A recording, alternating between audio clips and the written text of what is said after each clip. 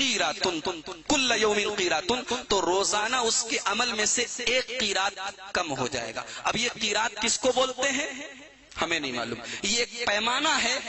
اللہ تبارک و تعالیٰ ڈیلی ہمارے عمل میں سے اتنی نیکیاں ہماری کم، ارے ایک تو ہم لوگ ایسے ہی نیکی کم کرتے ہیں، ہم لوگ ایسے ہی نیکی کم کرتے ہیں، اس پر سے ہماری نیکیاں ڈیلی جو ہے ڈیڈکٹ ہوتی رہیں، ریڈیوس ہوتی رہیں، تو سوچو کتنے افسوس کی بات ہے۔ تو کتا پالنے سے روزانہ ایک قیرات کم ہو جاتا ہے آدمی کا ثواب۔ اب ایک مسئلہ یہ ہے کہ کیا گھر کی حفاظت کے لیے کتا پالا جا سکتا ہے؟ علامہ ابن عثیمین رحمۃ اللہ علیہ کہتے ہیں کہ اگر واقعی میں ضرورت ہو، محض شوق کے لیے نہیں، آپ کا گھر ایسی جگہ ہے جہاں چوروں کا بہت زیادہ خطرہ ہے، یا آپ کے گھر میں کیش وغیرہ بہت زیادہ رہتا ہے، یا آپ بڑے کاروباری ہیں، ڈاکوؤں کی چوروں کی نظر آپ کے اوپر ہے، تو ایسی سچویشن میں آپ اپنے گھر کی رکھوالی کے لیے بھی کتے پال سکتے ہیں۔ کیونکہ جب حدیث پاک میں 3 جو ایکسیپشنز بتائے گئے کہ کھیت کی حفاظت کے لیے یا مویشیوں کی حفاظت کے لیے یا شکار کرنے کے لیے کتا پالا جا سکتا ہے، تو یہ بھی اسی لسٹ میں آتا ہے۔ لیکن جہاں ضرورت ہو، مجبوری ہو، محض شوق کے لیے کتا نہیں پالنا چاہیے۔ اللہ کے نبی صلی اللہ علیہ وسلم فرماتے ہیں لا تدخل الملائکۃ بیتا فیہ کلب ولا سورہ، ایسے گھر میں اللہ کے فرشتے نہیں آتے جس گھر میں کتا ہو یا تصویر ہو۔ تو یہ دوسری چیز ہے کہ آپ اپنے گھر سے تصویروں کو نکالیں۔ یہاں تصویروں کو نکال کہاں رہے ہیں، تو اور لگا رہے ہیں۔ بیوی کہتی ہے کہ ارے سنتے ہیں آپ، وہ جو ہم لوگوں کی شادی پر کی فوٹو ہے، ذرا سا اس کو فریم کروا کے لے آئیے، کمرے میں لگائیں گے، بیڈ روم میں لگائیں گے۔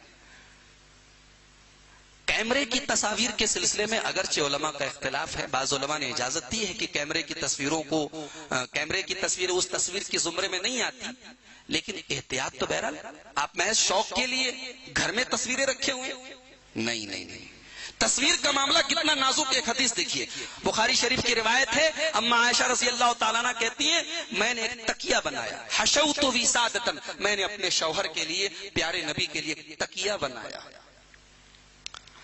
اور وہ جو تکیہ میں نے بنایا اس تکیے کے اوپر فیہا تماثیل، کچھ تصویریں بنی تھی، کچھ امیجز، کچھ پکچرز بنی ہوئی تھی، کانہا نمرقۃ، اور اس کا کپڑا اتنا بہترین تھا ایسا لگ رہا تھا کہ کوئی چادر وغیرہ ہے۔ تو میں نے تکیہ بنایا اور اللہ کے رسول صلی اللہ علیہ وسلم کے بیڈ پر رکھ دیا۔ اللہ کے رسول آئے، دروازے کے پاس آپ کھڑے ہو گئے اور آپ کی نظر اس تکیے کے اوپر پڑی، فجعل یتغیر وجہہ، اللہ کے رسول صلی اللہ علیہ وسلم کا چہرہ غصے سے لال ہو گیا۔ اما عائشہ شوہر کا چہرہ دیکھ کر فوراً سمجھ گئی کہ لگ رہا ہے کہ کوئی گستاخی، کوئی غلط کام ہو گیا۔ پوچھا اے اللہ کے رسول ما لنا یا رسول اللہ، اے اللہ کے رسول کیا غلطی ہو گئی، کیا کر دیا میں نے؟ آپ نے پوچھا ما بال هذه الوسادہ، اے عائشہ یہ تکیہ کیسا ہے؟ حضرت عائشہ نے کہا کہ وسادۃ جعلتها لک، اے اللہ کے رسول یہ تکیہ میں نے آپ کے لیے بنایا ہے، لتستجی علیہ، تاکہ آپ اس کے اوپر ٹیک لگا کے آرام کریں۔ اللہ کے رسول صلی اللہ علیہ وسلم نے فرمایا اما علمتی ان الملائکۃ لا تدخل بیتا فیہ صورہ، اے عائشہ کیا تمہیں پتا نہیں کہ جس گھر میں تصویر ہوتی ہے، جس گھر میں جاندار کی تصویر ہوتی ہے، اس گھر میں اللہ کے فرشتے نہیں آتے؟ اور آیا عائشہ کیا تمہیں معلوم نہیں کہ من صنع صورتا يعذب یوم القیامہ، جو تصویر دنیا میں بنائے گا کل قیامت کے دن اس کو عذاب دیا جائے گا، اور اللہ اس سے کہے گا احیو ما خلقتم، تم دنیا میں تصویر بناتے تھے، تم اللہ تبارک و تعالیٰ کا مقابلہ کرتے تھے، اللہ کی تخلیق میں تم بھی کریٹ کرتے تھے، تم نے جس کو دنیا میں کریٹ کیا اپنے کریشن کو ذرا پیدا کرو، زندہ کرو، جو تم نے جس چیز کی تصویر بنائی تھی اس کو زندہ کرو۔ تو جاندار کی تصویر بنانا اسی لیے حرام ہے۔ کیمرے کی جو امیجز ہوتی ہیں، جو ویڈیوز ہوتے ہیں، ان کو اگرچہ اکثر علماء نے جائز قرار دیا ہے، لیکن احتیاط بہرحال کرنی چاہیے۔ تیسری چیز جس کو آپ کو اپنے گھر سے نکالنا ہے، میوزک انسٹرومنٹس۔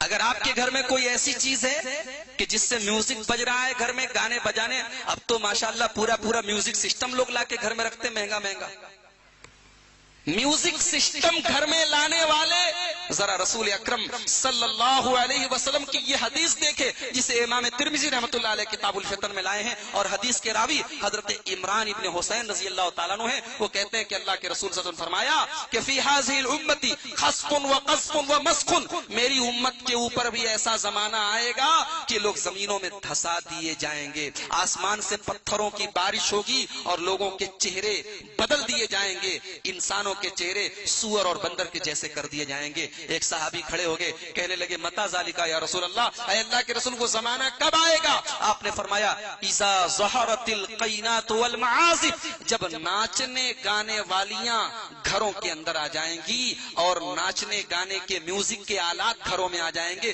وشربت الخمور، اور جب شراب کا دورہ ہوگا، شراب بہت زیادہ پی جائیں گے۔ تو میوزک انسٹرومنٹس کو آپ کو اپنے گھر سے نکالنا ہے، موسیقی کا کوئی آلہ آپ کے گھر میں نہیں ہونا چاہیے۔ اب یہ موبائل یہ تو پورا چلتا پھرتا ایک فتنہ ہو گیا ہے، اسی پہ تقریر بھی آپ سن سکتے ہیں اور اسی میں میوزک بھی آپ سن سکتے ہیں اور اسی میں اتنا کچھ ہو سکتا ہے کہ ہم سوچ بھی نہیں سکتے۔ تو اس موبائل کے استعمال پہ بھی احتیاط کرنی چاہیے، اس پہ گانے بجانے میوزک وغیرہ بالکل آپ اپنے گھر میں، آپ اپنے بچوں کے سامنے یہ تمام چیزیں کریں گے تو آپ بھی حرام کام کر رہے ہیں، گناہ کا کام کر رہے ہیں، اور بچے آپ سے سیکھ لے رہے ہیں، کل وہ آپ کے بچے بھی اسی رنگ میں رنگے ہوئے نظر آئیں گے۔ چوتھی چیز جو آپ کو گھر سے نکالنی ہے، بہت سارے لوگ گھر میں دیکھا ہوگا آپ نے، لکھا رہتا ہے دکان اور مکان کی خیر و برکت کے لیے، نیچے لکھا رہتا ہے 786 420 9211 819، یہ سب جو لکھا رہتا ہے یہ خیر و برکت نہیں، یہ آپ کے گھر کی برکتوں کو مٹانے والی چیز ہے۔ اور ایک بات اور یاد رکھیں کہ قرآنی آیات کو، یہ تو گنتیوں کی بات ہوگی، قرآنی آیات کو بھی گھر میں نہیں لٹکانا چاہیے۔ کچھ لوگ بولتے ہیں ارے مولوی صاحب ہم تو ڈیکوریشن کے طور پر لگاتے ہیں، تھوڑا اچھا لگتا ہے کہ ہمارا مسلمان کا گھر ہے تو تھوڑا ماشاء اللہ لکھا ہے، سبحان اللہ لکھا ہے، ان اللہ مع الصابرین لکھا ہے، تھوڑا اچھا لگتا ہے۔ قرآن اسی لیے آیا تھا کیا؟ قرآن ڈیکوریشن کے لیے آیا تھا؟ قرآن کا مقصد ہمارے گھروں کو ڈیکوریٹ کرنا نہیں، ہمارے دلوں کو ڈیکوریٹ کرنا ہے، ہمارے دلوں کو بدلنا ہے، ہدایت ہے۔ کچھ لوگ بولتے ہیں مولوی صاحب یہ برکت کے لیے ہم نے لٹکایا ہے۔ برکت قرآن کو لٹکانے سے نہیں، قرآن کی تلاوت سے آتی ہے۔ قرآن کی تلاوت کرو گھر میں برکت آئے گی، قرآن کو گھر میں لٹکانے سے برکت نہیں آئے گی۔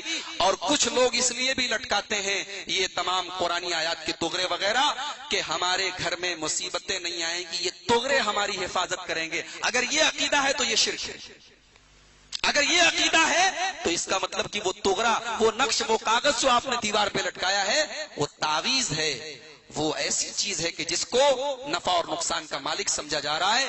اور اللہ کے رسول صلی اللہ علیہ وسلم کی حدیث ہے جسے امام احمد اپنی مسند میں لائے ہیں اور صحیح روایت ہے، من علق تمیمۃ فقد اشرک، جس نے تعویذ پہنی، جس نے تعویذ لٹکائی اس نے شرک کیا۔ اور ایک حدیث میں آپ نے فرمایا من علق تمیمۃ فقد وکل الیہ، جو تعویذ پہنے گا، جو تعویذ لٹکائے گا اس کا معاملہ اسی تعویذ کے حوالے کر دیا جائے گا، یعنی اللہ تبارک و تعالیٰ اپنی مدد اٹھا لے گا اور آدمی کا معاملہ اسی تعویذ کے حوالے کر دیا جائے گا۔ میرے بھائیوں یہ چوتھی چیز ہے جو ہمیں اپنے گھر سے نکالنی ہے۔ تو یہ 4 اسٹیپ ہو گئے۔ 5واں کام جو ہمیں کرنا ہے گھروں کی اصلاح کے لیے، کہ یہ تو کچھ چیزیں تھیں جن کو ہم نے گھر سے نکالا، اب کچھ عادتوں کو گھر سے نکالنا ہے، کچھ بیڈ ہیبٹس ہیں، کچھ بری عادتیں ہیں، ان کو گھر میں پنپنے نہیں دینا ہے۔ کیا ہے وہ بری عادتیں؟ نمبر 1، رات میں دیر تک جاگنے کی عادت۔ اب ہماری مائیں بہنیں کہیں گی کہ ارے مولوی صاحب یہ آپ نے کیا کہہ دیا، ہمارا فیورٹ سیریل تو رات میں 11 بجے آتا، ہم کیسے دیکھ سکتے ہیں اس کو؟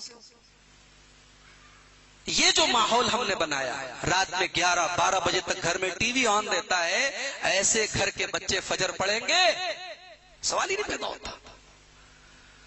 اللہ کے نبی جناب محمد الرسول اللہ صلی اللہ علیہ وسلم کے بارے میں بخاری شریف کی روایت ہے، حضرت ابو برزہ اسلمی کہتے ہیں کان النبی صلی اللہ علیہ وسلم یکرہ النوم قبل العشاء، اللہ کے نبی عشاء کے پہلے سوتے نہیں تھے، عشاء کے پہلے سونے کو آپ ناپسند کرتے تھے، والحدیث بعد، اور عشاء کے بعد بات چیت کرنے سے آپ منع کرتے تھے۔